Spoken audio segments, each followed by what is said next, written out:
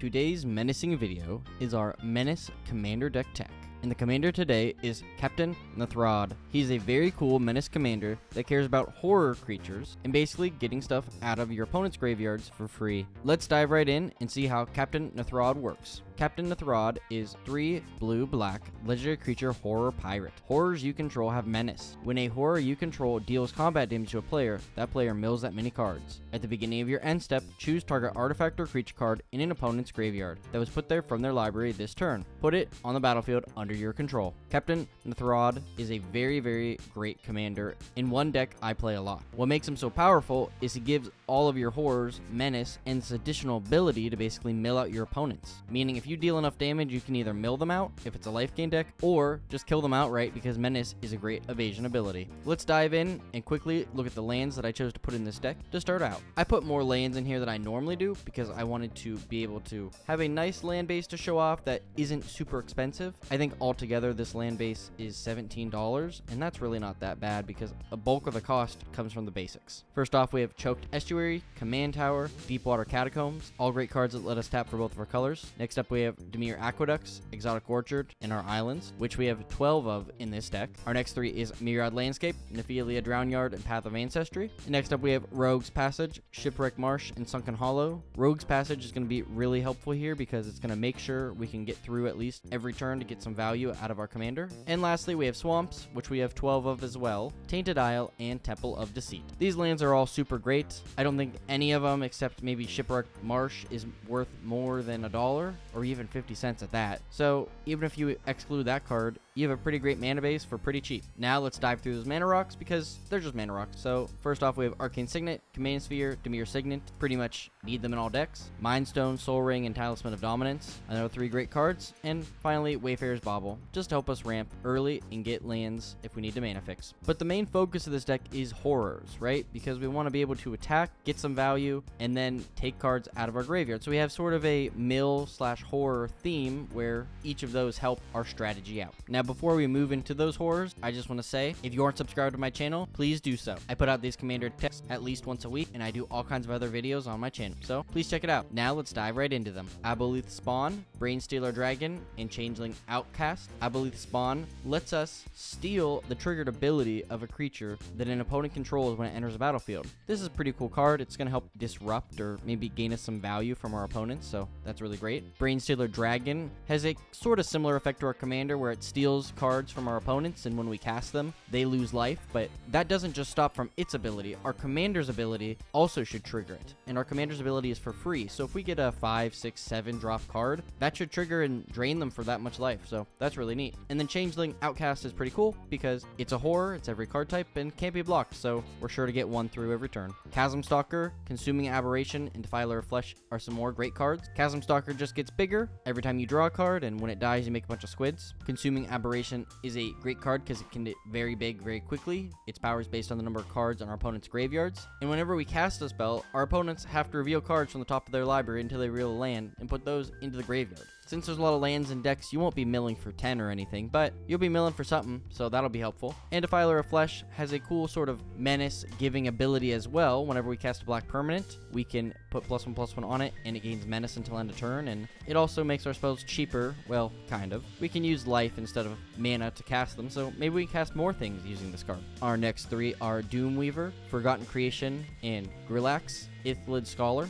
Doomweaver is a quite neat card because, yeah, it's a horror and it's not very big powered, but we can soul bond it to something that does have a lot of power, and when it dies, we can draw cards equal to its power. Forgotten Creation also helps us go through some cards by lets us discard our hands and maybe get some better cards, discarding them and then drawing that many cards. And Grillax Ithlid Scholar, whenever a creature we control becomes blocked, we can return it to our owner's hand, saving it and preventing our opponents from doing damage. But when one of our creatures deal damage, we get to draw a card. So a lot of benefit, a lot of upside there. Next up is Grell Philosopher, Guilt Feeder, and Hullbreaker Horror. Grell Philosopher basically turns itself into every artifact on the board, which is pretty neat. If our opponents have some good ones out there, then we get them. Guilt Feeder has a compounding effect that when we attack and he isn't blocked, defending player loses 1 life for each card in their graveyard. Well, we're going to hit them, they're going to put more cards in their graveyard, and the next turn, they're going to lose even more life. And Hullbreaker Horror is a really cool blue card that, of course, is a horror, but basically can help us counter our opponent's spells and return their permanents to their hand.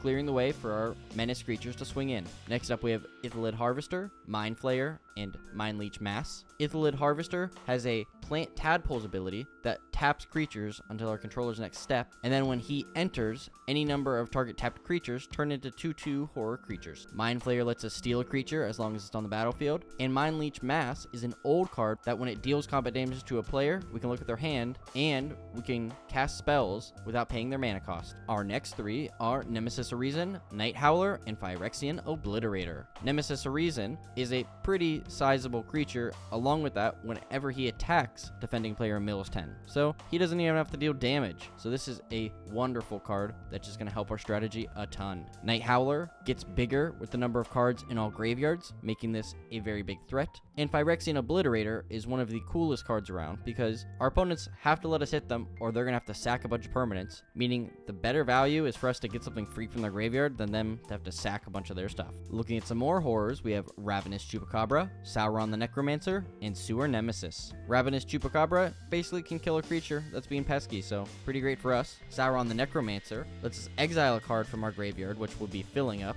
with creatures, and we make a 3/3 Black Wraith copy of it with Menace. We do have to sacrifice it if Sauron isn't our ring bearer, so we gotta be careful of that, but just getting something back that we can swing in with Menace, pretty good. And Sewer Nemesis is sort of a targeted card that might be better in a one-on-one match when we get later in the game, but its power and toughness are equal to the cards in that player's graveyard, and whenever that player casts a spell, they mill a card, helping us out even more. We got Scab Ruinator, Sludge Monster, and Spellskite as our next three. Scab Ruinator can be cast from our graveyard, it has flying, and we just need to exile creature cards from our graveyard to cast this 5/6 for 3, so I definitely do that. Sludge Monster basically turns one of our opponent's creatures into a smaller creature, whether it's their best card or their commander. This is pretty great because it loses all of its abilities and has base power 2/2, meaning we can put this on their commander and their commander becomes useless. And Spellskite can change the target spell or ability to itself, meaning if your opponent's casting a cool spell on one of their creatures, well, just pay either a blue or 2 life and basically give it to your creature instead, preventing them from doing some cool stuff. This might be really useful in decks that care about combat tricks because they no longer have combat tricks. Next up is Thing in the Ice, Uchalon,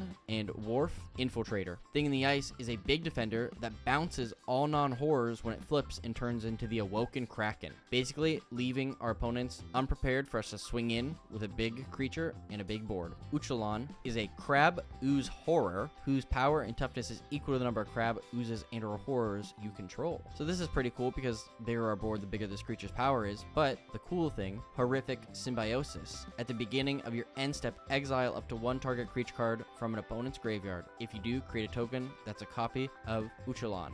I don't know how you say this, and I probably said it wrong, but this basically just copies itself every turn, meaning it gets bigger, and we just get more of them, and it can actually grow into quite a big threat. This is one of my favorite cards from my deck, and yeah, I really like it. And Wharf Infiltrator has Skulk, which means it can't be blocked by creatures with greater power. Whenever it deals combat damage, we loot, so we draw a card and then discard, and whenever we discard a creature, we can pay 2 to make another horror creature. It's going to help us make more horrors and get better things from our opponents. And our last 2 cards are Woe Strider and Zelix Sanity Flayer. Woe Strider is just a cool card because we can escape with it and basically get a pretty decently sized creature out of our graveyard, so that's pretty great. We can also sack creatures to help scry to maybe get a land we need or another cool spell right on top. And Zelix Sanity Flayer is the co-commander in the pre-con deck, and I really wanted to add him here because he is super great. Whenever a player mills 1 or more creature cards, you create a 1/1 black horror creature token. So they are just little guys, but they're worth having. We can also pay 1 to have a player mill 3 cards and maybe get one of those black horrors, so pretty great.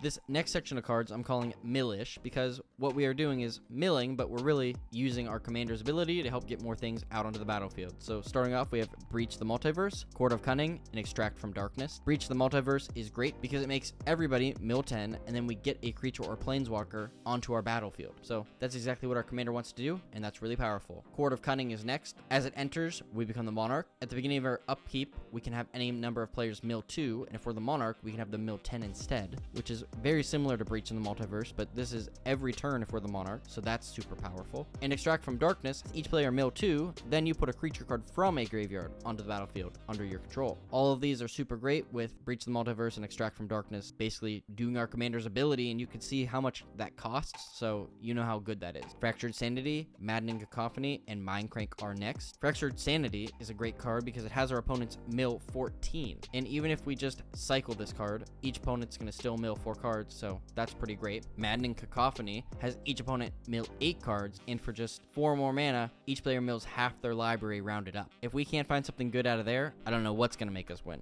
And Mindcrank is one of my favorite cards for any mill deck because whenever an opponent loses life, they mill that many cards. When you pair this with our commander, our opponents are milling twice the number of power that they've been dealt damage for every turn. So if we have a 3/3, they're milling 6 cards, 3 from our commander and 3 from this. And if you can pair that up with some other cards, this can pretty much go infinite and win you the game instantly. Talking about some of those cards, we have Ruin Crab, Sir Conrad the Grim, and Windfall. Ruin Crab is a real simple, play a land, each opponent mills 3. Pretty great. And the card I mentioned that it might go infinite with, well, that's Sir Conrad. Because Sir Conrad reads, whenever another creature dies, or a creature card is put into a graveyard from anywhere other than the battlefield, or a creature leaves your graveyard, Sir Conrad the Grim deals 1 damage to each opponent. And for 1 and a black, each player mills a card. If you have Sir Conrad and Mindcrank out, and you deal, 10 damage, you're going to be milling 20 cards. However many creatures that is, Sir Conrad is going to deal damage to you, and Mindcrank is going to make you mill that many cards. It can be an endless loop that basically makes you lose almost instantly. So if you see these 2 cards on the battlefield at the same time, you have to remove them as quickly as possible. And lastly, Windfall has each player discard their hand, then draws cards equal to the greatest number of cards a player discarded this way. All we care about is that it entered their graveyard this turn, so Windfall is perfect. In addition, if you want to put more wheel triggers in this deck, you sure can. I don't think it's going to be as effective because his ability itself is really powerful, but go ahead for it. Give it a try. And lastly, I'm just going to talk about some good stuff that's going to help us round out some of the areas of this deck I didn't cover so far. So first off, we have Animate Dead, Brainstorm, and Counterspell. Animate Dead is a great recursion piece that's going to help you get a creature back from your graveyard or your opponent's. Brainstorm is going to help you draw some cards and fix the top of your library, and Counterspell is going to help you counter. I mean, all these are pretty simple, but you'll see how the rest of these cards are going to go. Next up, we have Dance of the Dead, Dark Ritual, and Drown in the Loch. Dance of the Dead, similar to Animate Dead, is going to let you steal a creature card from any graveyard, so it can be your best thing that's been milled, and you just have to pay 1 and a black to untap it, which is a small price to pay for a really good card. Dark Ritual is a great early ramp card because for 1 black, we get 3 black, meaning on turn 3, we can cast our commander. And Drown in the Loch is either a counter or kill spell, so it's pretty versatile, and we're going to be putting a lot of cards in our opponent's graveyard, so we should be able to activate whatever we want. Endless Evil, Factor Fiction, and Feed the Swarm are next. Endless Evil lets us basically create a 1/1 token copy of whatever creature we have, so if we have a creature that gives us a good ability, whether that's on damage or static ability, we can create token copies of it. And if that creature dies and it was a horror, which it probably will be in this deck, we return it back to our hands. Factor Fiction is a great card draw spell, and Feed the Swarm basically lets us destroy a creature or enchantment, which can be hard sometimes for black, especially those enchantments, and we lose life, but it's well worth the cost. Next up, we have Filter Out, Haunted One, and Infernal Grasp. Filter Out returns all non-creature and non-land permanents to their owner's hand. We don't have a lot of non-creature, non-land permanents, so this is very, very good. Haunted One is the other part of our co-commander that basically gives all of our horrors +2/+2 and Undying, which basically protects them and brings them back even stronger. And Infernal Grasp is one of my favorite kill spells. You destroy target creature and all you gotta do is lose 2 life, which in black,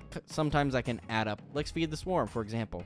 If you're killing anything more than 2 mana, well, you're going to be paying a lot more life than 2. Almost at the end here, we have Lightning Greaves, Ponder, and Raise the Palisade. Lightning Greaves is in this deck to protect our commander. He is not super weak, but people are going to want to remove him for how powerful he is, so basically giving him Shroud is going to help protect us from having to recast him over and over again. Ponder is another great card draw spell that's going to let us filter some cards that we need on top or shuffle to get new ones. And Raise the Palisade is super great because we choose a creature type, which is horror, and we return all other creatures that aren't of the chosen type to their owner's hand. Similarly to Awaken Horror, this is going to leave our opponents defenseless and ready to be swung into. And the last 2 cards of this commander deck are Reanimate Reanimate and Ring Sight. Reanimate is a super great reanimation spell that on turn 1 that can return any creature from a graveyard onto the battlefield. This can be super great if we're able to mill some cards early on and then just be able to pull it right back out. You will lose a bit of life, but it's well worth the cost. And finally, we have Ring Sight. First off, the ring tempts you, then we search our library for a card that shares a color with a legendary creature you control, reveal it, put it into your hand, then shuffle. This is a tutor for basically anything in this deck, whether you want to get Sir Conrad, whether you want to get our co-commander, whether you want to get Mind Leech Mass, or whatever it is. Basically, it's just a tutor in Dimir for anything, and that's really, really great. And that is it. Thank you so much for watching. I hope you enjoyed. This deck is so much fun to play, and I know if you build it, you'll think so too. I had a really fun time building this because I saw a lot of new cards that weren't out when I originally built my deck, and just makes this deck even stronger. If you like this and want to help me out, please consider subscribing to my channel. I work super hard in order to, put out these videos, and I really appreciate all the nice comments everybody's been leaving on these. It really makes my day. If you have a suggestion of a card that you would want to put in here, please leave in the comments down below. I love to hear about that and see what you guys think, because everybody thinks a little differently, and maybe there's a great card that I just didn't ever think of. Also, if you enjoyed this, please consider leaving a like. Soltary Crusader. Carry the war to the Dothi. No matter the way, no matter the world. Soltari Battle Chant. Thank you so much for watching, and as always, I'll see you later, Planeswalkers.